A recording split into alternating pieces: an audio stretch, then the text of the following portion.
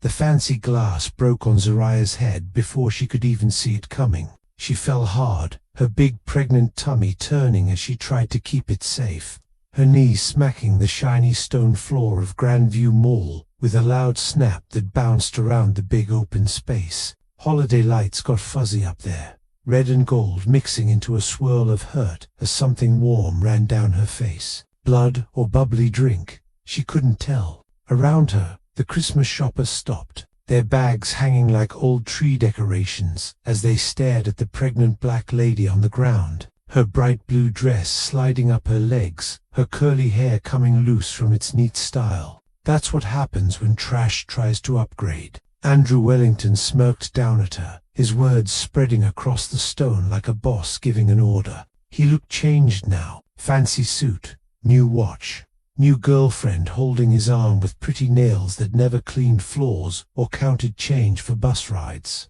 Did you really think I wouldn't spot you? Did you think you could just stroll around my mall showing off that kid in your belly, acting like you're important? Zariah's hands quickly went around her stomach, guarding the baby inside her. 7 months. She was 7 months pregnant, all by herself.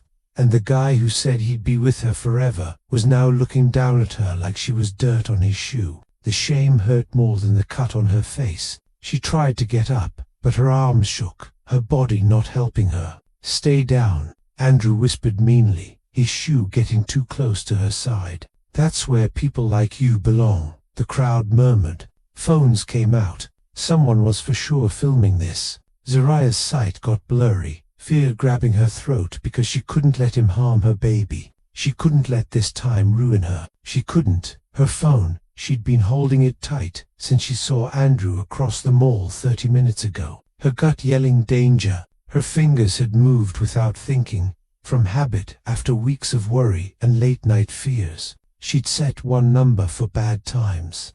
One number she'd promised she'd never dial, because dialing it would mean saying she'd made a huge bad choice 6 months ago. Her thumb had hit the contact named "Do Not Call." The phone hardly rang once. She'd saved his number 6 months ago under "Do Not Call," a note to herself, a line she'd promised not to cross. But being super scared beat her pride. Zariah, the voice that picked up, wasn't asking. It was saying, deep and calm, with a sharp side that could slice glass, Park Dong-wook didn't ask if she was okay. He didn't ask where she was. The quiet on the other end was the type that comes before big shakes. "I'm at Grandview Mall," she whispered, her voice breaking. The line went quiet for exactly 47 seconds. Nothing happened. Andrew was still yelling. His girlfriend was filming. The crowd was whispering. And Zariah was still on the ground, holding her belly and bleeding onto stone that showed 10,000 Christmas lights.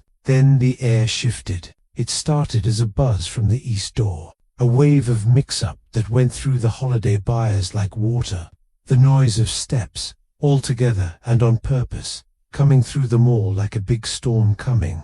Zariah looked up, her sight getting clear just enough to see them. 6 guys in black suits, no guard tags, no mall outfits, just fitted dark clothes cutting through the fun mess like blades through soft cloth. And in the middle of them, walking with the sort of calm that makes bad animals look away, was Park Dong-wook. He was just like she remembered, tall, thin, with a face that could be on money or bad guy signs depending on who you talk to. His dark hair was pushed back from his forehead, showing sharp face bones and eyes that didn't blink, didn't waver, didn't notice the crowd or the Christmas stuff or anything but the lady on the ground and the guy standing over her. Andrew didn't see it first. He was too busy liking his big moment, too buzzed on power and bubbly drink and the okay from his new rich friends. But his girlfriend saw. Her phone went down. Her face got white. "Andrew," she whispered,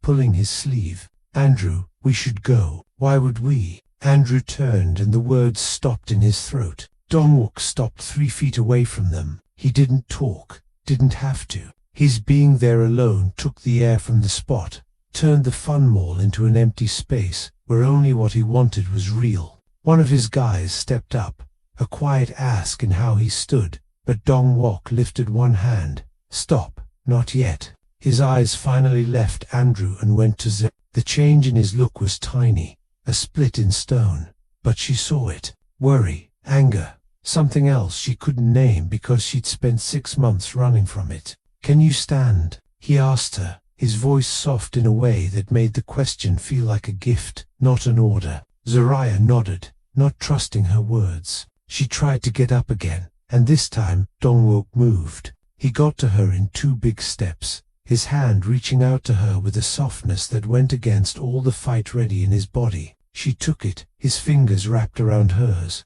warm and steady, and he pulled her up like she was light. "I've got you," he said quietly, his other hand near her back, but not touching, giving her room to stand straight. "I've always got you. Welcome to Ruthless Romance Tales. And honey, you just stepped into something you can't unsee. If you've been riding with me, you know we don't do safe here. We do dangerous. We do addictive. We do the kind of love that brands your soul and refuses to let go. And if you're new, buckle the hell up, because what you're about to witness is a collision so violent, so inevitable, it'll rewrite everything you thought you knew about romance." Hit that like button like your life depends on it. Subscribe because you're already hooked. And smash that notification bell because missing what comes next would be a crime. Now, let's watch how the ruthless Dawn's life changed forever. Andrew finally found his voice, but it came out wrong, strangled with confusion and the first threads of fear. "Who the hell are you?" Dongwook didn't look at him. He was too busy checking Zariah's face, his thumb brushing near the cut on her temple with a tenderness that made her chest ache. "You're bleeding." "I'm fine," she whispered, but her hands were shaking. "You're not fine." His jaw tightened, that microscopic crack in his composure widening into something dangerous. "Who did this?" Zariah didn't answer. Didn't have to. Dongwook's gaze finally slid to Andrew, and the temperature in the mall dropped 10. "You touched her," Dongwook said. It wasn't a question. Andrew laughed, a nervous, brittle sound that echoed wrong in the silence. "Listen, man. I don't know what she told you, but this is between me and my ex. This is none of your business." "Your ex?" Dongwook repeated the words like he was tasting poison. He glanced at Zariah, something unreadable flickering across his face, then back at Andrew. "The woman carrying your child, the woman you just assaulted in public, that ex, she's a liar." Andrew spat, emboldened by his fiancée's presence and the crowd's phones. "She probably doesn't even know who the father is. Look at her. She's nothing." Dongwook moved. It wasn't violent. That was the terrifying part. He simply stepped forward, closing the space between himself and Andrew with the kind of measured intent that made everyone around them step back. He didn't raise his voice, didn't raise his hand. He just stood there, 6 feet of controlled danger, and looked at Andrew Wellington like he was a problem that needed erasing. "Say one more word about her," Dongwook said quietly, "and I will buy this mall, shut it down, and make sure the only thing you ever see inside it again is the inside of a janitor's closet. After I'm done with your credit, your reputation, and every connection you think makes you untouchable." Andrew's face went white. "You can't. I own Grandview Mall," Dongwook continued, his tone conversational, almost bored. "I've owned it for 3 years. I also own the parking structure you valet your leased BMW in, penthouse building you're renting in, and the investment firm that's currently managing your trust fund." He paused, letting that sink in. "Did you really think you were shopping in neutral territory?" The crowd had gone completely silent. Phones were still recording, but now they were recording something else entirely. The shift of power, the unmasking. Andrew's fiancé released his arm and took a step back. "Smart woman, you're lying," Andrew said, but his voice cracked. Dongwook pulled out his phone, tapped it twice, and held it up. On the screen was a live feed of the mall's security system. Every camera, every angle, every recording of the last 10 minutes, including Andrew throwing the champagne flute, including his rant, including everything. "I'm not lying," Dongwook said. "I'm being patient, but my patience ends the moment you stop being useful to me as a lesson." He lowered the phone and finally looked at Zariah again, his expression softening in a way that made her heart stutter. "We're leaving. My car is downstairs. I don't. Zariah started, but he shook his head. We'll talk in the car, he said gently. Right now, I need to get you somewhere safe. Please. She should have argued, should have demanded answers, should have done 100 things that made sense. But standing there in her torn dress, bleeding and pregnant and exhausted, with Andrew's hatred burning behind her and Dongwook's protection surrounding her, Zariah made a choice. She nodded. Dongwook's hand settled on the small of her back, a whisper of touch that somehow grounded her entire world, and he guided her toward the exit. His men fell into formation around them, a moving wall of silence and threat. And as they walked past Andrew, Dongwook paused. If you ever come near her again, he said, his voice dropping into something subterranean and final, I won't call my lawyers, I'll call my brothers. And trust me, Andrew Wellington, you don't want to meet my brothers. They left him standing there, surrounded by phones and whispers, and the shattered remains of his power trip.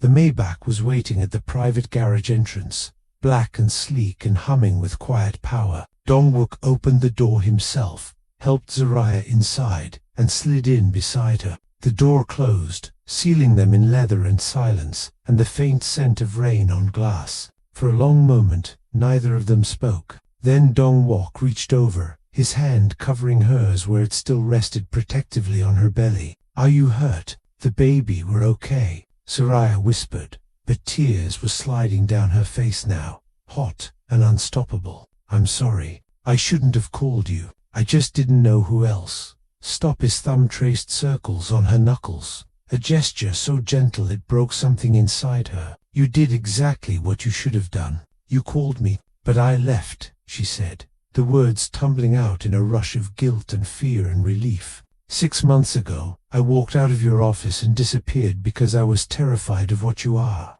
what you do, and I swore I'd never drag you into my mess. And now, Zariah, he turned to face her fully, his other hand coming up to cup her face, his thumb carefully avoiding the cut on her temple. You didn't drag me into anything. I've been in your mess since the day you brought me tea without being asked, since the day you smiled at me like I was human instead of a monster, since the day you left and I realized I'd let the only good thing in my life walk away, because I was too afraid to tell you the truth. She stared at him, her breath catching. What truth? Dongwook's eyes held hers, dark and endless, and full of something that looked dangerously close to devotion. That I've been watching you since the day you disappeared. That I've had men stationed near your apartment for months, making sure you were safe, making sure Andrew stayed away, making sure no one touched you.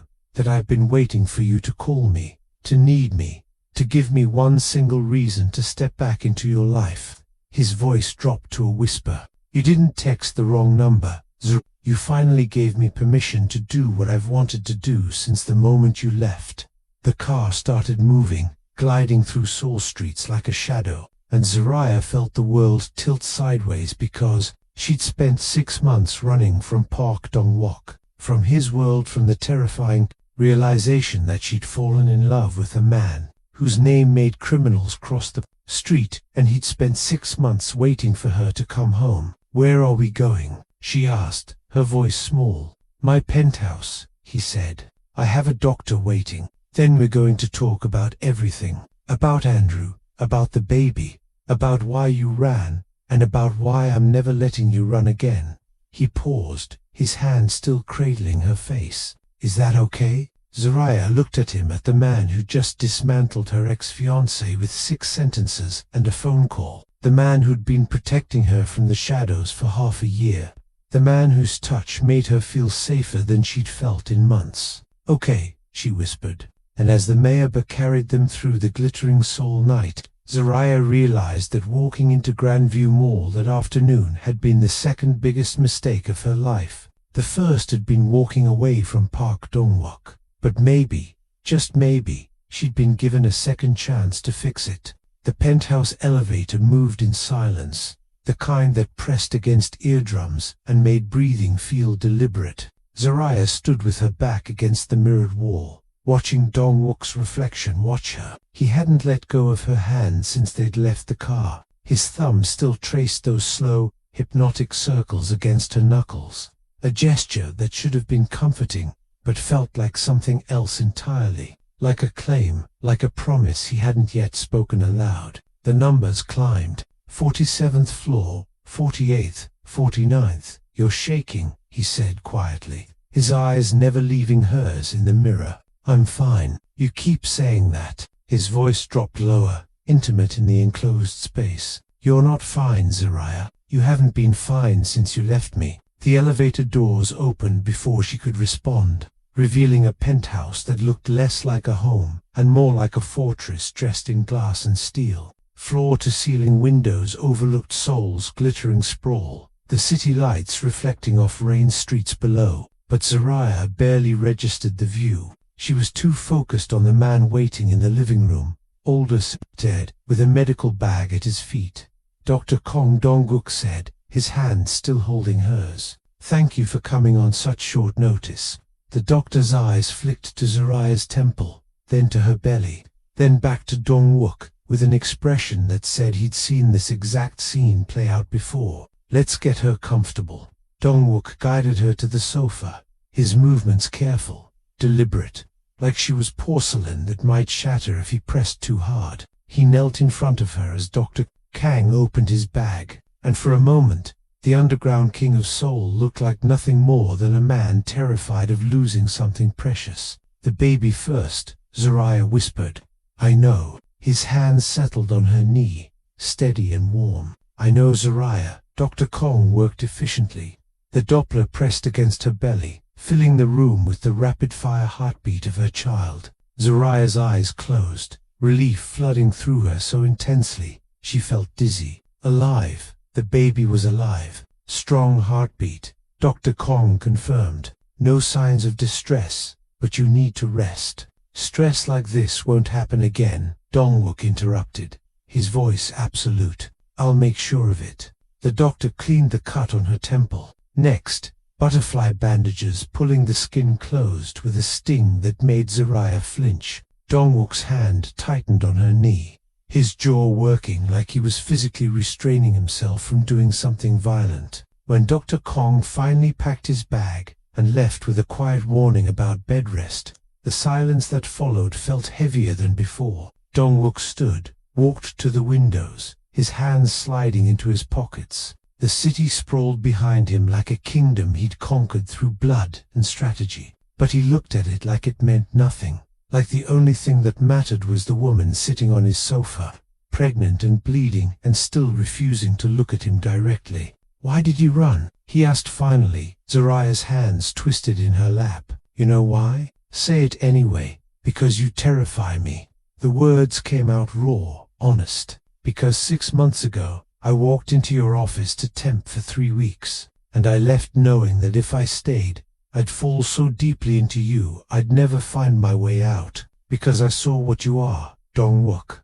I saw the men who bow when you walk into rooms. I saw the way people's voices drop when they say your name. I saw the gun in your desk drawer and the blood on your knuckles after that meeting. You thought I didn't notice. She finally looked at him, her eyes burning. I saw you, and I knew if I let myself love you, it would ruin me. And Andrew, his voice was lethal. Did he ruin you? Andrew was safe. She laughed bitterly. Or so I thought. Andrew was normal. He had a normal job, and normal friends, and a normal future planned. He didn't make me feel like I was standing at the edge of a cliff every time he touched me. But he left you. Dong-wook turned from the window, his eyes dark and unreadable. He left you pregnant and alone, and I'm willing to bet he didn't do it kindly. Zariah's throat tightened. She didn't want to remember that night. The way Andrew had looked at her pregnancy test like it was a death sentence. The way he'd packed his bags while she begged him to stay. The way he'd walked out without looking back. He said, I trapped him, she whispered. He said I got pregnant on purpose to lock him down, and he wasn't about to let some ghetto girl ruin his life. The temperature in the room dropped. Dong-wook's expression didn't change, but something in his eyes went cold and distant. The kind of cold that preceded very bad decisions for very bad people. And you believed him, he said softly. No, but I believed that I deserved it. She stood, her hands wrapping around her belly protectively. Because I did trap him, Dong, not with the baby. That was an accident, but I trapped him by pretending to be someone I wasn't. Someone simple and easy and someone who didn't wake up at 3 a.m. thinking about a man whose touch felt like falling and flying at the same time. You were thinking about me, not a question, a revelation. Every night, she admitted, and the confession felt like stepping off that cliff she'd been avoiding. Every single night, I was with Andrew and thinking about you. And when he left, I told myself it was karma, that I'd destroyed my own life by wanting something I had no right to want. Dongwook closed the distance between them in 3 strides. He didn't touch her, but he was close enough that she could feel the heat radiating off his body, close enough that she had to tilt her head back to meet his eyes. You had every right, he said, his voice rough. You had every right to want me, because I've wanted you since the first day you walked into my office and didn't flinch when you saw the tattoos on my hands. Since the first time you smiled at me like I was worth smiling at. Since the first time you brought me tea and remembered I don't take sugar without me telling you. His hand came up slowly, giving her time to pull away, and cupped her face with a gentleness that made her breath catch. I let you walk away because I thought I was protecting you. Because men like me don't get to keep things as good as you. But I was wrong, Dong. I should have chased you, he continued, his thumb tracing her cheekbone. I should have torn this city apart looking for you. I should have told you the truth 6 months ago, instead of watching you leave, because I was too afraid you'd see me for what I really am and run anyway. What truth? Her voice was barely a whisper. His eyes held hers, dark and endless, and full of something that looked like surrender. That I'm in love with you. That I've been in love with you since the moment you laughed at my terrible joke about tax evasion and didn't ask if I was serious. That every woman I've met since you left has been a shadow of you, and I'm done pretending I can live in a world where you don't belong to me. The words hung between them, heavy and irrevocable. Soraya's heart slammed against her ribs. You don't know me. Not really. I know you take your coffee with too much cream and not enough sugar. I know you hum when you're concentrating. I know you're terrified of thunderstorms, but you'll stand in the rain anyway because you're stubborn. I know you left me because you were scared, not because you didn't feel it, too. His other hand came up, framing her face, holding her like she was the only thing in the world worth holding. And I know that baby you're carrying deserves a father who will burn the world down to keep him safe. Let me be that, Soraya. Let me be everything Andrew wasn't.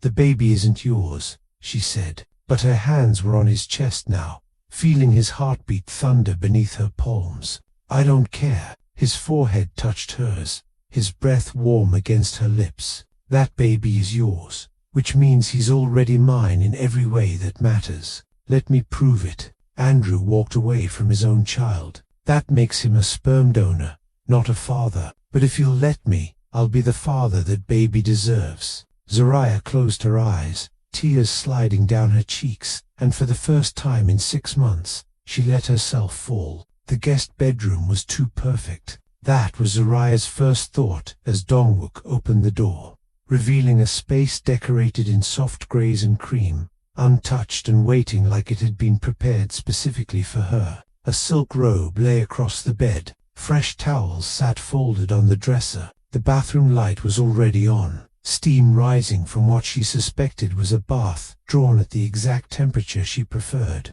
How long have you been planning this? She asked, her voice sharper than intended. Dongwook leaned against the doorframe, his jacket discarded somewhere between the living room and here. His shirt sleeves rolled up to reveal forearms marked with ink that told stories she'd never asked him to explain. Planning what? This, she gestured at the room, at the robe, at the evidence of his preparation. You have a guest room ready for a pregnant woman you haven't seen in 6 months. You had a doctor on standby. You knew exactly what I needed before I even walked through your door. I hoped, he corrected quietly. There's a difference, is there? Soraya turned to face him fully, exhaustion making her reckless. Because from where I'm standing, this looks like a man who's been waiting for me to break, so he could swoop in and fix me. Something flickered across his face, hurt maybe, or frustration. but his voice remained calm. "You're not a project, Sarah." "Then, what am I?" The question came out raw because I need to understand what's happening here.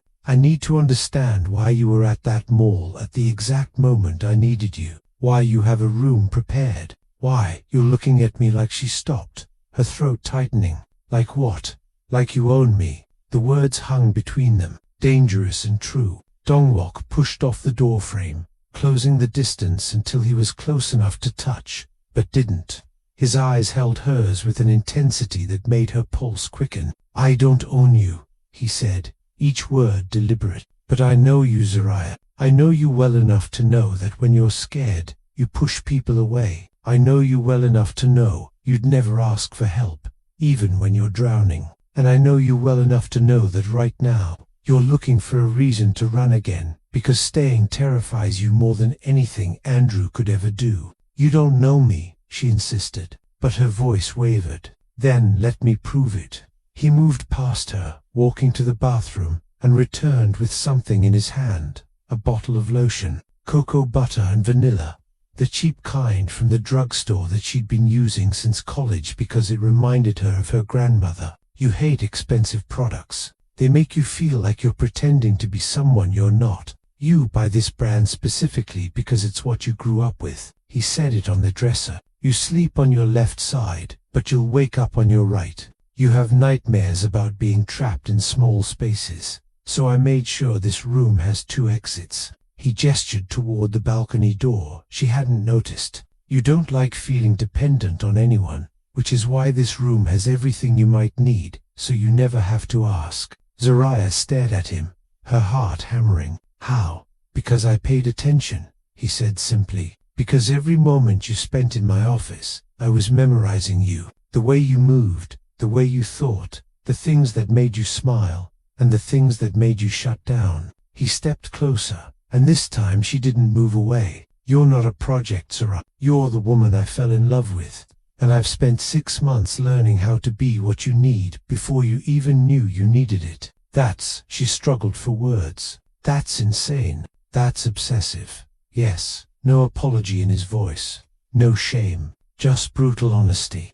"It is." The admission should have scared her, should have sent her running for the nearest exit. But instead, something inside her chest cracked open, and what spilled out felt dangerously close to relief, because Andrew had barely remembered her coffee order after 2 years together. Andrew had never noticed when she was hurting or scared. Andrew had looked at her pregnancy like an inconvenience instead of a miracle. And Dongwook had spent half a year learning how to love her in a language she hadn't known she needed. "The bath is going to get cold," he said quietly, breaking the moment. "You should rest. We can talk more in the morning." He turned to leave, and Zariah's voice stopped him at the door. "Why were you at the mall?" His hand paused on the doorknob. For a long moment, he didn't answer. Then he reached into his pocket and pulled out his phone, tapping the screen before crossing back to her. He held it up, and Zariah's blood went cold. It was a text message from her, sent 30 minutes before Andrew had thrown that champagne flute. "Just saw him, Grandview Mall. I can't do this alone anymore." "You texted me," Dongwook said softly. "You called for help. So, I came." Zariah's mind reeled. She didn't remember sending that, didn't remember typing those words. But looking at the timestamp, looking at the raw honesty of the message, she knew it was real, knew that some part of her, the part that had been screaming for 6 months, had finally been desperate enough to reach out. "I was already tracking your location," he admitted, and her eyes snapped to his. "I've had someone watching you since the day you disappeared, making sure you were safe, making sure Andrew stayed away, making sure that if you ever needed me, I could be there in minutes." His jaw tightened. "I know how that sounds. I know it crosses lines, but I don't care. I will not apologize for keeping you alive. You've been stalking me." The words felt strange in her mouth, accusatory and aroused at the same time. Yes, still no apology for 6 months every single day. Zariah should have been furious, should have felt violated, but instead, she felt something else entirely, something dark and wanting and completely irrational, because part of her, The part that had been sleeping with one eye open since Andrew left, the part that had been terrified every time she walked to her car alone, was relieved, grateful even. "Show me," she whispered. "Zariah, show me what you've been watching. Show me how deep this goes." Dongwook's eyes darkened with something that might have been warning or hunger. He walked to the desk in the corner, opened the bottom drawer, and pulled out a folder. When he handed it to her, his fingers brushed hers, and the contact sent electricity up her arm. Inside were photos, dozens of them. Zariah at the grocery store, one hand on her belly, reading labels. Zariah at the library, checking out books on pregnancy. Zariah sitting in her car outside her apartment, crying after what must have been another encounter with Andrew. The last photo made her breath catch. It was taken 3 weeks ago outside a clinic. She was standing on the sidewalk, her hand pressed against the window, staring at the ultrasound image she'd just been given. And in the reflection of that window, barely visible, was a man in a black car, watching her, protecting her, loving her, in the only way he knew how. Zariah looked up at Dongwook, and whatever he saw in her expression made him tense. "Say something. I should be terrified of you," she said slowly. "I know, I should run. I know, but I'm not going to." She closed the folder, set it aside, and took a step toward him. "Because you're right. I've been drowning, and you're the only person who noticed." Zariah sank into the bath, the water hot enough to make her skin flush, steam rising in clouds that blurred the edges of the room. She'd left the door cracked open. Not an invitation, exactly, but not a rejection either. A tentative offering of trust to a man who'd spent 6 months earning it in silence. Her mind drifted back to that first day at Park Industries. She'd been terrified, walking into that glass tower with her borrowed briefcase and her carefully pressed blouse, knowing she was a temp filling in for someone important, someone permanent, someone who belonged in places like that. The office had been cold, all steel and intimidation, and the man behind the desk had been colder. Dongwook hadn't looked up when she'd entered. He'd been reading something on his screen, his jaw tight, his fingers drumming against the desk in a rhythm that felt dangerous. And when he'd finally acknowledged her presence, his eyes had been dark and distant, assessing her like she was a problem to be solved or a threat to be neutralized. Most people would have flinched, would have stammered through their introduction and counted down the minutes until they could escape. But Zariah had seen the tattoos on his hands, intricate ink that crawled up his fingers and disappeared beneath his sleeves. And instead of fear, she'd felt curiosity. She'd smiled, introduced herself, and asked if he wanted tea. "No sugar," he'd said, his eyes narrowing slightly. "Extra hot." She hadn't written it down, hadn't needed to, and when she'd returned 15 minutes later with his tea prepared exactly as he'd requested, something had shifted in his expression. Not warmth exactly, but recognition, like he'd just realized she was real. "How did you know?" he'd asked. "Know what?" "That I don't take sugar." Zariah had shrugged, setting the cup on his desk. "You look like someone who doesn't like things diluted." And that had been it. The moment everything changed. The moment Park Dongwook started noticing her, a soft knock pulled her back to the present. Zariah opened her eyes to find Dongwook standing in the doorway, his gaze carefully averted, his posture tense like he was forcing himself to maintain distance. "I brought towels," he said, holding up a stack of white cotton, "and I wasn't sure if you needed come here." His eyes met hers, questioning, cautious. "Zariah, please." She shifted in the bath, the water rippling round her belly, her shoulders. "I don't want to be alone right now." For a moment, she thought he'd refuse, thought he'd maintain that careful, respectful distance he'd been holding since they'd entered the penthouse. But then he crossed the room, set the towels on the counter, and knelt beside the tub. "Tell me what you need," he said quietly. "I don't know." Her voice broke slightly. "I just know I'm tired of being scared, tired of pretending I'm strong enough to do this alone." His hand came up slowly, giving her time to refuse, and settled on the edge of the tub. "You are strong enough. You've been strong enough for 6 months, but you don't have to be anymore."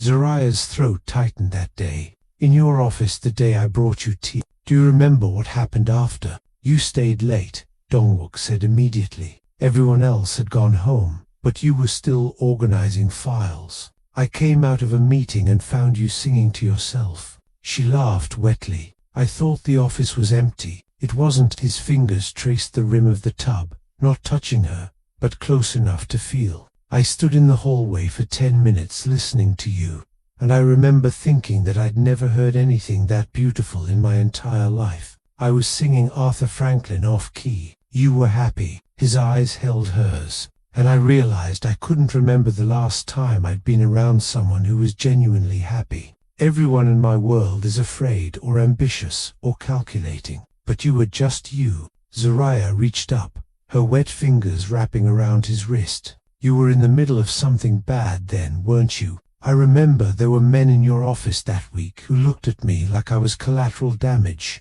Dongwook's expression darkened. There was a territorial dispute. Another organization was pushing into my territory, trying to take what was mine. It got violent. People died. His jaw tightened. I was planning my retaliation. I was going to burn everything they'd built to the ground. But you didn't. No. His thumb brushed against her pulse point. Because every morning you'd bring me tea and smile at me like I was worth smiling at. And every evening you'd leave a note on my desk with some ridiculous joke or a reminder to eat. And I realized that if I started that war, you'd be caught in the crossfire. His voice dropped. I couldn't let that happen. So I found another way, a quieter way, a way that kept you safe. You changed your entire strategy because of me, Zariah whispered, the realization hitting her like a wave. I changed everything because of you. He leaned closer, his forehead nearly touching hers.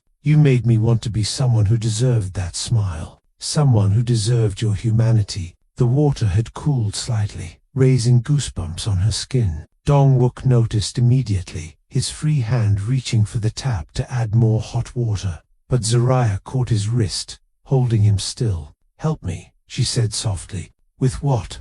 My hair. She gestured to the shampoo on the ledge. I can't reach properly anymore. Something vulnerable flickered across his face. Are you sure? In answer, Zariah shifted forward, making space behind her. Dongwook hesitated only a moment before rising, rolling up his sleeves further and positioning himself at the head of the tub. His fingers slid into her hair, gentle and reverent, gathering the thick curls that had absorbed too much water and stress. Lean back, he murmured. She did, letting her head rest against the edge of the tub as his hands worked shampoo through her scalp. His touch was nothing like she'd expected, not aggressive or demanding, but careful, almost worshipful, like he was memorizing the texture of her hair, the shape of her skull, the small sounds of relief she made when his fingers found the tension at her temples. This is the most intimate thing I've ever done, he admitted quietly, his voice rough.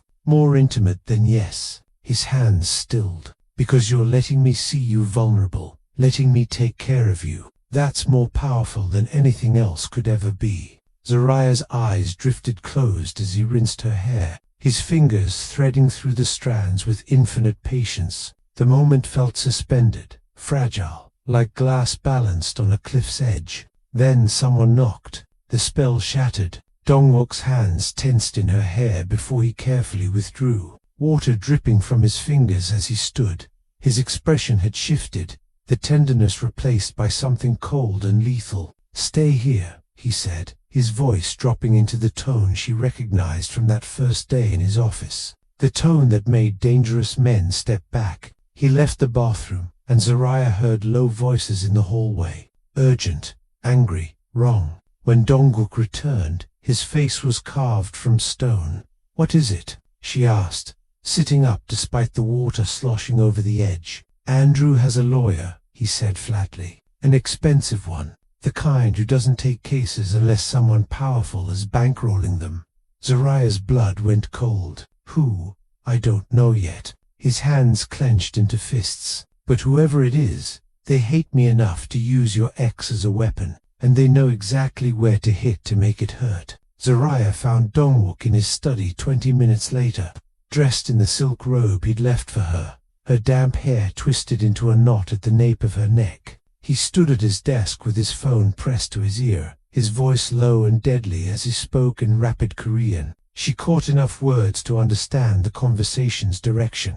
Names, locations, methods of persuasion that made her stomach turn, even though she couldn't translate them precisely. When he saw her in the doorway, his expression flickered. He ended the call abruptly, setting the phone down like it had burned him. "You should be resting," he said, "and you should be telling me the truth."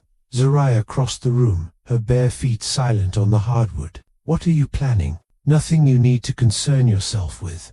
"Don't." Her voice sharpened. "Don't treat me like I'm fragile. Don't treat me like I'm someone who needs to be protected from reality. I've been living in reality for 6 months. Dong, I've been broke and pregnant and scared and alone. I don't need you to shield me from the ugliness of your world." His jaw tightened. "This isn't your fight. It became my fight the moment Andrew threw that glass at my head." She stepped closer, close enough to see the tension coiled in his shoulders. The fury banked in his eyes. "So tell me, what are you planning to do to him?" For a long moment, Dong-wook said nothing. Then he exhaled slowly, his hand dragging through his hair. "I'm going to make him disappear quietly, permanently, in a way that ensures whoever's backing him understands what happens when they come for what's mine." The words should have horrified her, should have sent her running for the door, but instead, Zariah felt something dark and satisfied curl in her chest. Something that had been growing since Andrew had sneered at her pregnancy,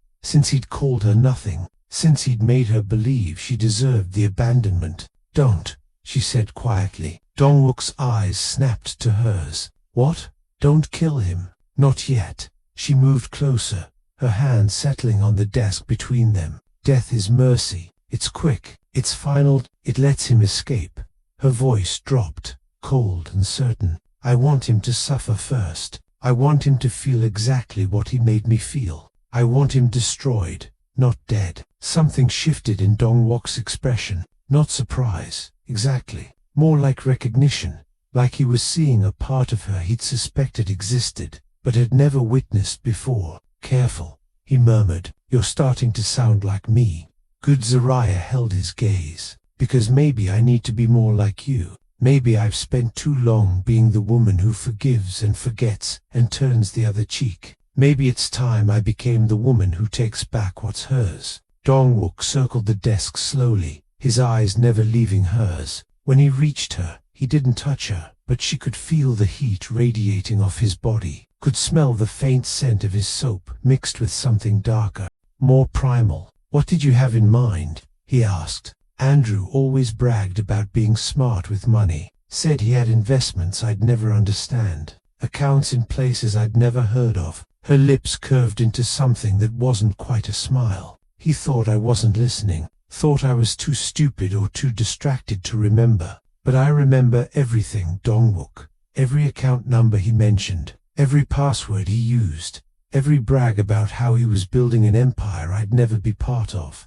Dong-wook's expression darkened with something that looked like pride. "He stole from you, not directly, but he used my ideas, my business plan, the startup I told him about over dinner one night when I was naive enough to think we were partners." She swallowed hard. "He took it, repackaged it, and sold it to his friends as his own, made a 4 million and never gave me a cent, never even acknowledged where it came from. And you want it back. I want everything back." Her voice shook with fury. "Every dollar he made off my work, every connection he built using my labor, every ounce of respect he stole when he made me feel like I was worthless." Dong-wook studied her for a long moment. Then he reached past her, opened his laptop, and typed something quickly before turning the screen toward her. "Then take it." Zariah stared at the screen. It showed a banking interface, blank and waiting for login credentials. "You want me to steal from him? I want you to reclaim what's yours." He leaned back against the desk, his arms crossed. "I can have my people do it. They're good at this kind of thing. But something tells me you need to do this yourself." He was right. She needed to feel this. Needed to watch Andrew's empire crumble under her fingertips. Needed to know that she wasn't the helpless woman he'd left crying in her car. Zariah sat down, her hands hovering over the keyboard. What if I can't remember the passwords? Then we'll find another way. Dong-wook moved behind her, his presence solid and grounding. But I think you remember. I think you've been remembering for 6 months, storing it all away, waiting for the moment you'd be brave enough to use it. Her fingers found the keys. She typed the first account number from memory, her heart hammering, then the username, then the password. A combination of his mother's maiden name and the year he graduated college. Predictable and arrogant. The screen loaded, and there it was. $273,000 sitting in an offshore account under Andrew Wellington's name. Holy hell, she whispered. Is that all of it? Dong-wook's voice was calm, but she could hear the satisfaction underneath. No, Zariah's hands were shaking now. There are 3 more accounts. He showed me once when he was drunk, trying to impress me, trying to prove he was smarter than everyone else. Show me. She logged into the second account. 150,000. The third, 97,000. The fourth made her breath catch. 420,000. Most of it dated from transactions made in the last 6 months. He's been building his empire while I've been counting pennies for groceries, she said, her voice hollow. Dong-wook's hand settled on her shoulder, warm and steady. Not anymore. Transfer it, all of it, into an account he can't touch. Well, I'll give you the routing information. It's a trust I set up 6 months ago. He paused. In your name. Zariah turned to look at him. What? I told you. I've been planning for this moment. His eyes held hers. I've been planning for you to come back, for you to need help, for you to finally let me give you what you deserve. He reached past her, typing quickly. This account is yours, only yours. He can't access it. His lawyers can't freeze it. It's protected under layers of corporate structure that would take years to untangle. You've been building me an escape route. I've been building you a future. His hand cubed her face, tilting her head back. A future where you never have to depend on men like Andrew, where you never have to be afraid of losing everything because someone decides you're not worth keeping. Zariah's vision blurred. She blinked hard, refusing to cry, and turned back to the screen. Her fingers moved quickly now, transferring funds with a speed that felt almost violent. Watching Andrew's accounts drain, watching her own balance climb. $940,000, almost $1 million, that should have been hers from the beginning. How does it feel? Dong-wook asked quietly. Like breathing, she admitted. Like I've been suffocating for 6 months, and I'm finally getting air. Good. He leaned closer, his breath warm against her ear. Now imagine what else we could take from him. Before Zariah could answer, a notification popped up on the screen. An email. The subject line, stark and threatening. You're making a mistake. She clicked it. A video file loaded, grainy, but clear enough to make her blood run cold. It was footage from Grandview Mall. Not from today, from 2 weeks ago. Zariah walking through the food court, one hand on her belly, her face tired and worried. And in the background, barely visible, but unmistakable, was a man following her. Dark suit, sunglasses, one of Dong-wook's men. The video paused and text appeared across the screen. She's not safe with you. She was never safe. And soon everyone will know what you really are. Dong-wook's fingers flew across his phone screen. His jaw locked tight as he forwarded the video to someone whose name Zariah couldn't see. The silence in the study felt suffocating, broken only by the sound of Seoul's rain against the windows and her own pulse hammering in her ears. They've been watching me, she said, her voice hollow. Whoever sent this has been following me just like you have. They know about your men. They know I'm here. They want you scared. Dong-wook set his phone down with controlled violence. They want you to think being with me makes you a target. They want you to run. Maybe I should. His eyes snapped to hers, dark and fierce. Don't. Someone powerful enough to fund Andrew's lawyer. Powerful enough to have me powerful enough to threaten you. Her breath hitched. This isn't just about revenge anymore. This is war. And I'm the ammunition they're using against you. You think I don't know that? He moved closer, his hands gripping the arms of her chair, caging her in. You think I haven't calculated every risk, every angle, every possible way this could go wrong. I knew the moment you walked into my office 6 months ago that keeping you would paint a target on your back. I knew it, and I let you walk away because I thought distance would keep you safe." His voice dropped, rough with emotion. "But they found you anyways, Arya. They've been circling you for months, waiting for the perfect moment to use you against me. So running won't save you. The only thing that saves you now is staying close enough for me to protect you. Or they could expose what you are," she whispered. "Destroy everything you've built. Use me to let them try." He cupped her face, forcing her to meet his eyes. "I will burn this entire city to ash before I let anyone hurt you. Do you understand me? I will destroy everything and everyone who even thinks about touching you." The raw intensity in his voice should have terrified her. Instead, it ignited something primal in her chest, something that recognized his darkness and answered with her own. "Then destroy Andrew first," she said. "Not with violence, with truth. Show the world exactly who he is." Dong-wook's expression shifted, understanding dawning. "You want to leak something? I want to leak everything." Zaraya pulled up Andrew's phone records on the laptop, files she'd found buried in one of his cloud accounts. He kept receipts, messages, screenshots of conversations with his friends where they laughed about me, called me his charity case, joked about how long it would take before I realized the baby wasn't worth the effort. Her hands trembled with fury. He documented his own cruelty like it was something to be proud of. "Forward them to me." Dong-wook straightened, pulling out his phone again. "I have contacts at 3 major news outlets and every tabloid that matters. By morning, Andrew Wellington's name will be synonymous with garbage." "What about his fiancée?" Zaraya asked, something vicious curling in her tone. "The woman who stood there filming while he attacked a pregnant woman. What about her? She needs to know who she's marrying." Zaraya scrolled through more files, finding what she was looking for. Screenshots of Andrew's dating app activity, active even after his engagement. Messages to other women, promises, lies. Send her these directly. Let her find out exactly how faithful her perfect fiancé really is.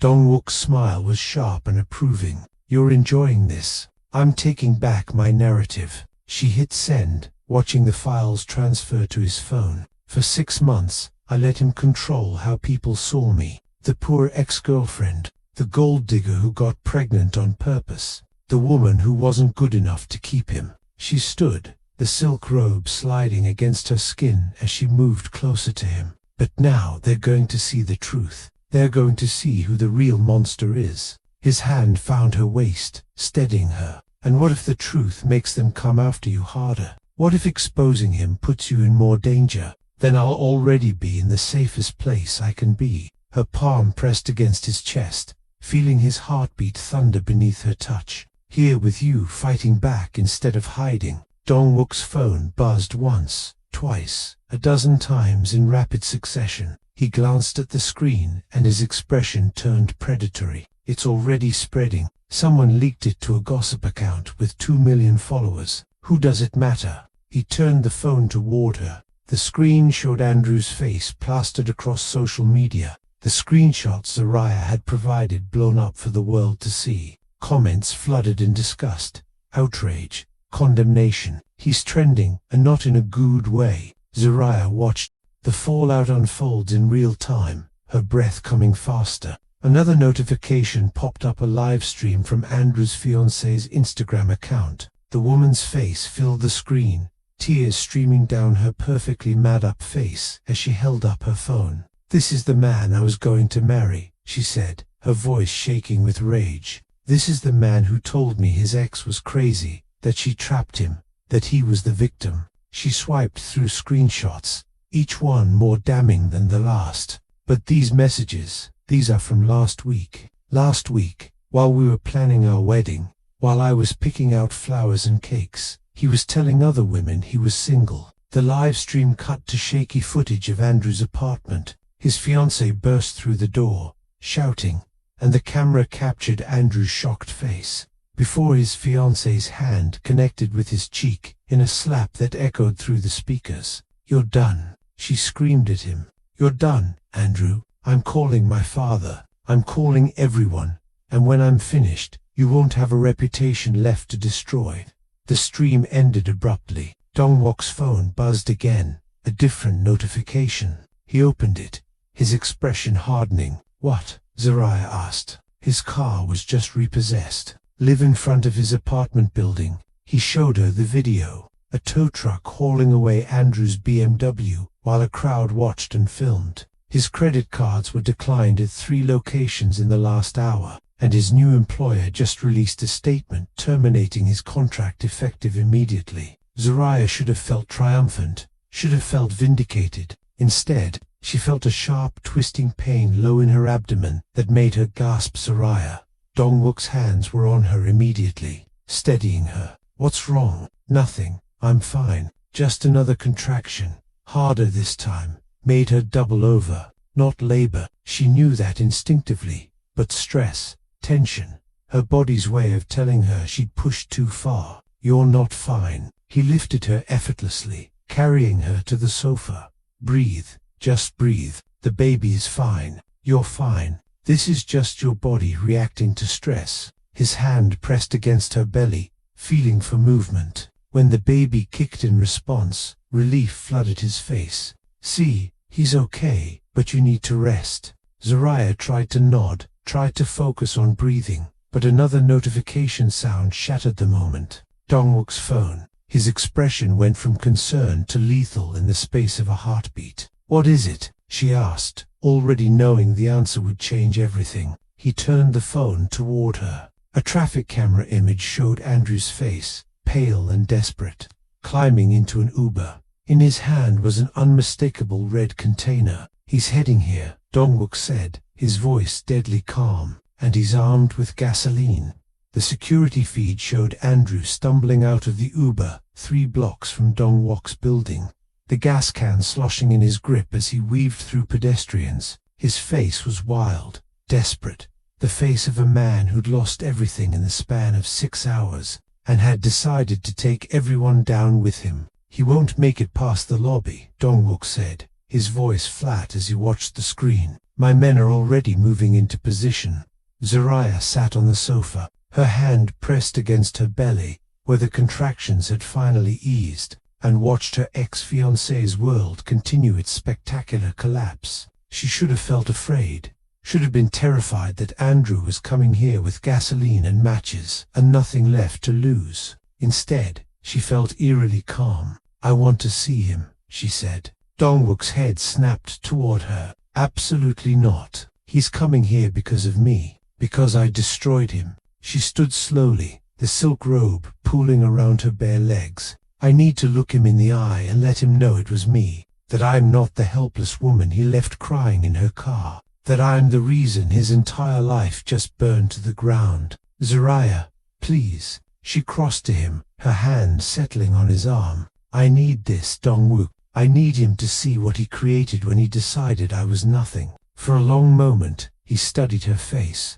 something like pride and concern wearing in his expression. Then he pulled out his phone, typed a quick message, and pocketed it again. "5 minutes, he said. "You get 5 minutes with him in the parking garage, where my men can control the situation. And the moment I think you're in danger, it's over." Agreed. The elevator ride down felt endless. Dongwook stood beside her, his hand resting at the small of her back, his presence a solid wall of protection and danger. When the doors opened to the underground garage, the temperature dropped, the air thick with concrete dust and gasoline fumes. Andrew was on his knees in the center of the space, surrounded by 4 of Dongwook's men. The gas can lay several feet away, confiscated and harmless. His expensive suit was rumpled, his face blotchy with tears and rage, his wrists zip-tied behind his back. When he saw Zariah step out of the elevator, his expression twisted into something ugly.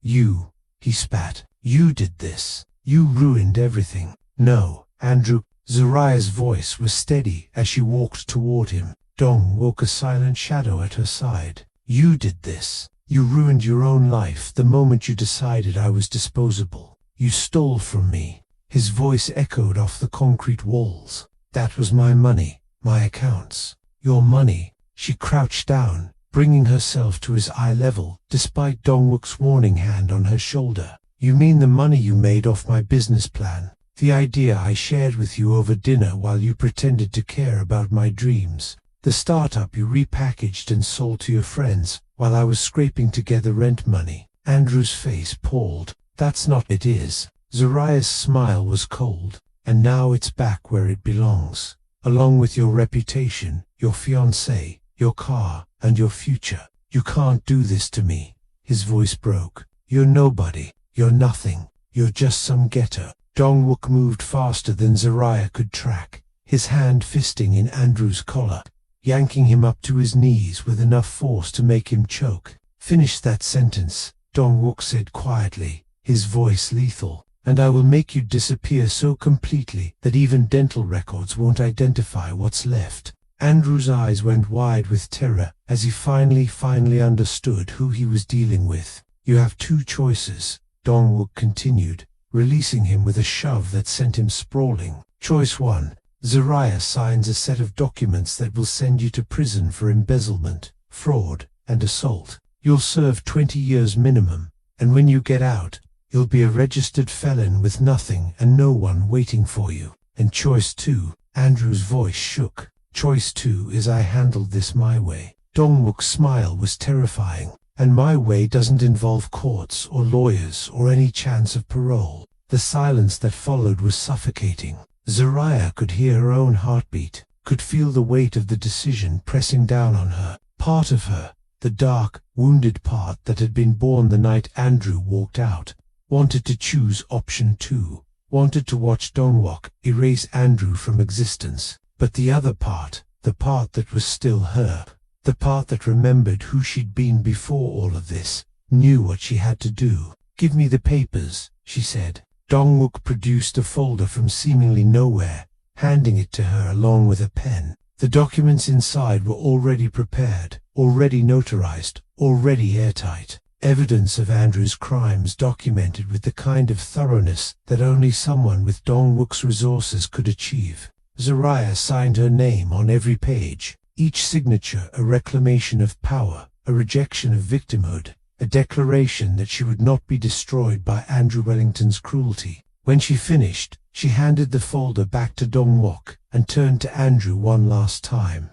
I'm taking the car back, too, she said softly. The BMW you had repossessed, that was mine. I co-signed for it when you couldn't get approved. So, I'm reclaiming it, along with everything else you stole. Andrew's face crumpled. You can't. I already did. She straightened, her hand instinctively protecting her belly. Goodbye, Andrew. I hope prison teaches you what I learned while you were gone. That survival makes you stronger than cruelty ever could. She turned to walk away, Dongwook's hand finding hers, steady and grounding.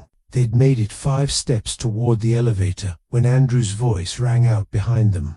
High and desperate, and laced with something that sounded like triumph. You think you've won, he screamed. You think taking me down means anything. Park Dong, you're so focused on protecting her that you don't even see what's happening. Dongwook stiffened beside her. Shut him up, Kim Song-min.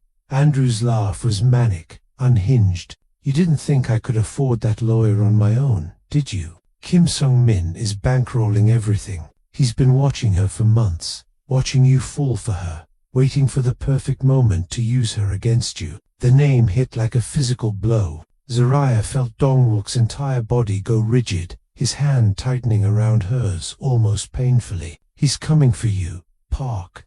Andrew continued, his voice cracking with hysterical glee. He's been planning this for years, and she's the bait that finally got you to surface. She's the weapon he's been waiting for. So, congratulations. You just fell right into his trap.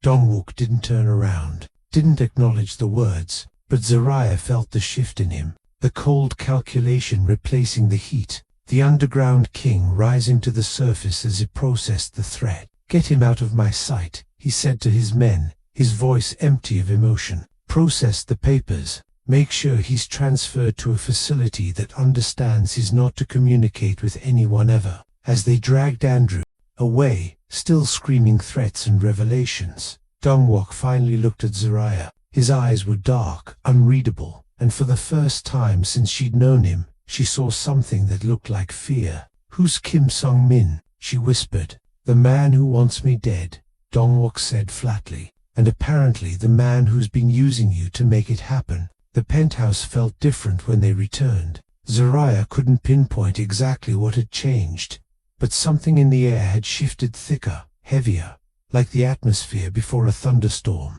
Dongwook moved through the space with predatory awareness, checking windows, testing locks. His phone pressed to his ear as he spoke in rapid Korean to someone whose voice sounded urgent, even through the speaker. "What's happening?" Zaraya asked, though she already knew the answer would terrify her. "Kim Sung-min doesn't make idle threats." Dongwook ended the call, his expression carved from granite. "If Andrew knows about him, it means Sunung wanted him to know, wanted us to know. This whole thing, the mall, the lawyer, the surveillance footage, it was all orchestrated to bring you here, to me, to make me vulnerable. Then maybe I should leave." Her hand pressed against her belly protectively. "Maybe if I'm not here, he'll hunt you down anyway." Dongwook crossed to her, his hands framing her face with a gentleness that contradicted the violence coiled in his shoulders. "You became a target the moment you walked into my office 6 months ago. The moment I looked at you and forgot how to breathe. Sung-min has been watching, waiting for me to care about something more than power. And now he knows." His thumb traced her cheekbone. "So you're staying here where I can protect you. What if you can't?" The question came out small, afraid. "Then I'll die trying." No hesitation, no doubt, just brutal, absolute certainty. Before Zaraya could respond, Dongwook's phone buzzed. He glanced at the screen and his entire body went rigid. "They're here." "What?" "Sunung-men's men. They just entered the building." He grabbed her hand, pulling her toward a section of wall that looked solid and ordinary. His palm pressed against a hidden panel, and the wall slid open, revealing a steel door with a biometric scanner. "Inside now, Dongwook. This is the Phoenix room. Bulletproof, soundproof, stocked with everything you need for 72 hours. He pressed her hand against the scanner, programming her fingerprint into the system. "Once you're inside, no one can get to you. Not Sun-min, not his entire organization, not even me unless you open it from the inside." Zaraya's pulse hammered. "What are you going to do?" "What I should have done years ago." His eyes met hers, dark and fierce and full of something that looked like goodbye. "And this?" "No." She gripped his shirt, panic clawing up her throat. "No, you can't leave me in there. While I can, and I will." He covered her hand with his touch gentle despite the urgency. "Because that baby you're carrying deserves a chance to be born. And you deserve a future that doesn't involve running from men like Sung-min for the rest of your life." He pressed a kiss to her forehead, lingering, desperate. "Trust me, please trust that I know how to survive this." The sound of the elevator chiming made them both freeze. Someone was coming up, someone who shouldn't have access to this floor. "Go," Dongwook said, pushing her toward the Phoenix room. "Lock it behind you. Don't open it for anyone but me. And if I don't come back," his voice cracked slightly, "if I don't come back, there's a lawyer's card in the top drawer. Call him, he'll make sure you and the baby are taken care of." "Dongwook, I love you." The words came out fierce, final. "I've loved you since the day you smiled at me, like I was worth saving. Remember that." He shoved her inside and slammed the door before she could respond. The lock engaged automatically, the sound of steel bolts sliding into place, echoing in the small space. Zaraya pressed her hands against the door, her breath coming in gasps, her mind screaming at her to find a way out, to help him, to do something other than hide, while the man she loved faced down a killer. The Phoenix room was exactly as Dongwook had described, windowless, climate-controlled, stocked with water and food and medical supplies. A bank of monitors lined one wall, showing security feeds from throughout the penthouse. Zaraya stumbled toward them, her hands shaking as she found the camera that showed the living room. Dongwook stood in the center of the space, his posture relaxed, but his eyes alert. 3 men entered through the elevator, moving with coordinated efficiency that spoke of military training. They wore suits but carried themselves like soldiers, and behind them, walking with the confidence of someone who owned everything he surveyed, came Kim Min. He was younger than Zariah expected, mid-30s, handsome in a cold, calculated way with wire-rimmed glasses and a smile that never reached his eyes. "Park Dong-wook," he said, his voice carrying through the monitor speakers. "It's been a long time." "Not long enough." Dong-wook's tone was flat, dangerous.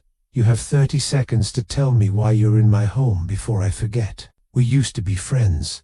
"Friends?" Sunang Men laughed, but the sound was hollow. "Is that what we were? Because I remember it differently. I remember you taking everything that should have been mine. Territory, respect, the empire we were supposed to build together. You lost that empire the moment you decided betrayal was easier than loyalty. And you lost your edge the moment you fell in love with that temp secretary." Xiong's smile sharpened. "Tell me, is she as good as I imagine? Is she worth destroying everything you've built?" Dong-wook didn't respond, didn't flinch, but Zariah saw his hands curl into fists, saw the muscle jumping in his jaw. Sunang Min circled the room slowly, appraising. "I've been planning this for 3 years, watching you, learning your patterns, waiting for the weakness I knew would eventually surface. And then she appeared, sweet little Zariah, walking into your office with her smile and her innocence, and her complete ignorance of what you really are." He stopped, turning to face Dong-wook directly. "So, I orchestrated the rest. Her boyfriend's betrayal, the pregnancy, the isolation. I made sure she had nowhere to go except back to you. I made her desperate enough to call for help. Knowing you'd come running, the pieces fell into place with sickening clarity." Sunang Men hadn't just been watching Zariah after she left. He'd been manipulating Andrew months before, planting seeds of doubt, financing his new lifestyle, engineering the abandonment. By the time Dong-wook had started his surveillance 6 months ago, the trap had already been set. He'd been watching her drown without realizing someone else had pushed her into the water. Zariah's blood turned to ice. Everything Andrew leaving, the pregnancy struggles, the months of isolation, all of it had been planned, manufactured. She'd been a puppet dancing on strings she'd never seen. "Where is she?" Sun Men asked casually. Dong-wook's voice was steady. "I sent her away the moment your men entered the building." Lia Suning. Men pulled out a tablet, tapping the screen. "I have thermal imaging showing 2 heat signatures on this floor, until approximately 3 minutes ago. Then, one disappeared. So either you killed her, unlikely given your pathetic attachment, or you hid her." His eyes lit with understanding. "The Phoenix Room. Of course you built a panic room for your precious weakness." He gestured, and his men moved, spreading through the penthouse with purpose, searching, hunting. Zariah watched helpless as they tore through Dong-wook's space. One of them approached the hidden panel, running his hands along the wall, searching for seams. Her breath caught. They were going to find it. They were going to. Dong-wook moved, not toward the men, but toward Sunang Min. "You want me? Fine. Let's end this. Just us. No weapons, no backup. The way we used to settle things." Sunang Men smiled. "And if you lose, then you get everything. My territory, my resources, my life." Dong-wook's eyes were cold. "But you leave her alone. You walk away and pretend she doesn't exist. Deal." Zariah screamed against the soundproof door, knowing they couldn't hear her, knowing she was trapped, watching the man she loved gamble his life for hers. The monitors showed Dong-wook and Sunang Min facing off, circling each other like predators, and then the screens went black. Every single monitor, every camera. The room plunged into emergency lighting, casting everything in red. Zariah's hand scrambled for the door, for anything that would let her out, but the lock held firm. She couldn't see, couldn't hear, couldn't know if Dong-wook was alive or dying or already dead. Time became meaningless. Seconds or minutes or hours passed in that red-lit darkness, her mind conjuring increasingly horrible scenarios. She sank to the floor, her arms wrapped around her belly, tears streaming down her face as she whispered prayers to deities she'd stopped believing in years ago. Then she saw it. Tucked into a shelf beside the medical supplies was a folder, thick, official-looking, with her name embossed on the cover. With shaking hands, Zariah opened it. Inside were architectural plans for a building, a community center with her name on the deed, and beneath that, incorporation papers for a foundation. Second chances. There were budget projections, partnership agreements with local businesses, program outlines for helping women in crisis, childcare, job training, housing assistance, everything she'd ever dreamed of doing if she had the resources. And at the bottom, a handwritten note in Dongwok's careful script for when you're ready to save the world, the way you saved me. The funds are already transferred. The building is yours. All you have to do is walk through the door and start. I believe in you. I've always believed in you, DW. The date on the note was from 4 months ago, 2 months after she'd left him. He'd been building her a future while she'd been hiding from her past, creating a legacy for her while she'd been convinced she had nothing. A sound broke through her spiral, the locks disengaging, the door opening. Zariah scrambled backward, her heart in her throat, not knowing if it was rescue or execution walking through that door. Dongwook fell to his knees in the doorway. He was covered in blood, splattered across his face, soaked into his shirt, dripping from his hands. His breathing came hard and ragged, and for a terrifying moment, Zariah thought the blood was his. But there were no wounds, no injuries, just the evidence of whatever had happened beyond that door. Then he looked up and his eyes met hers. Alive, whole, victorious. Sunong Men's men are in custody, he said. His voice, security footage shows they attacked first. Self-defense, legal, clean. He swallowed hard. It's over. Is the baby okay? He asked, his voice wrecked. 6 months later, Zariah stood in front of the floor-length mirror in what had become their bedroom, adjusting the red silk dress that hugged her post-pregnancy curves. The fabric whispered against her brown skin, elegant and powerful.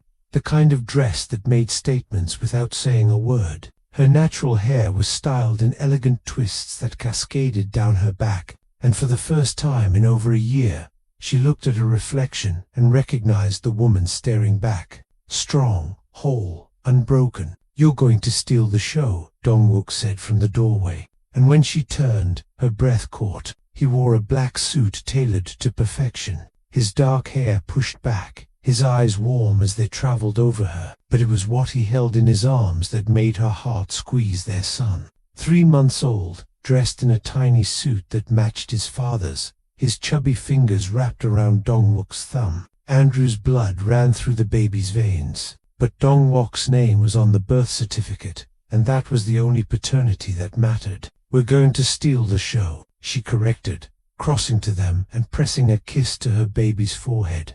Mejin, they'd named him after Dongwook's late brother, a gesture that had made the underground king cry for the first time in Zariah's presence. All 3 of us. The Second Chances Foundation opening was everything Zariah had dreamed, and more. The building stood in the heart of Seoul's struggling district, renovated, but not gentrified, welcoming, but not condescending. Women filed in throughout the evening, some with children, some alone, all carrying stories of survival that mirrored her own. The childcare center was already full. The job training program had a waiting list. The emergency housing had placed 12 families in the first month alone. Zariah moved through the crowd with Mejin in her arms, accepting congratulations and gratitude with grace. But her eyes kept finding Dongwook across the room. He stood with a group of businessmen who couldn't know, that the polite, charming man discussing investment opportunities was the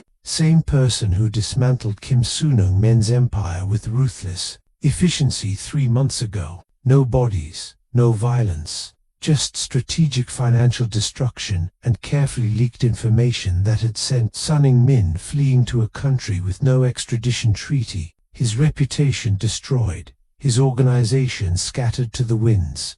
Clean, decisive, permanent. Mrs. Park, a young woman approached, shy and grateful. I just wanted to thank you. I was living in my car with my daughter 2 weeks ago. Now we have an apartment, and I start job training on Monday. You saved our lives." Zariah's throat tightened. "You saved your own life by walking through that door. I just made sure the door was open." As the evening wound down and guests filtered out, Zariah found herself on the building's rooftop balcony. Minjin, asleep against her shoulder, watching Seoul's lights flicker like earthbound stars. Dongwook joined her, his arms sliding around her waist, pulling her against his side. "You did it," he murmured into her hair. "You built something that's going to change lives for generations."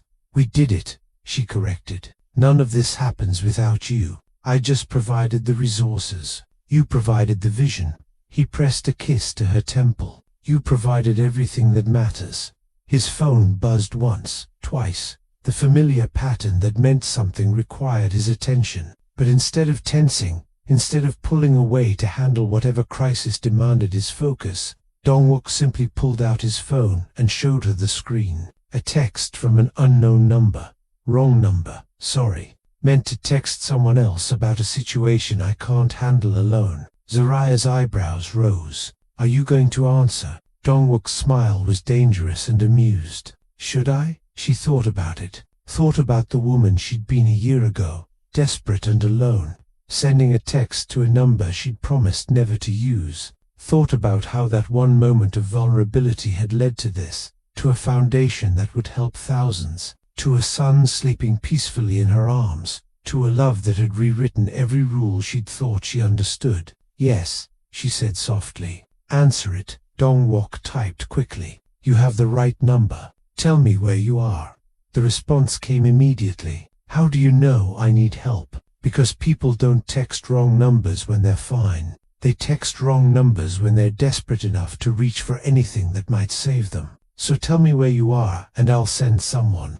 A pause. "Then Gangnam Mall. By the south entrance, there's a man following me, and I don't know what to do." Dongwook's expression shifted. The underground king rising to the surface as he made a call, speaking in rapid Korean. Within seconds, he dispatched someone to the location. When he ended the call, he looked at Zariah with something like wonder. "You're going to make me soft," he said. "No." She shifted Majin in her arms, reaching up to cup Dongwook's face. "I'm going to make you human. There's a difference." He caught her hand, pressing a kiss to her palm. "Every time I think I can't love you more, you prove me wrong." "Good."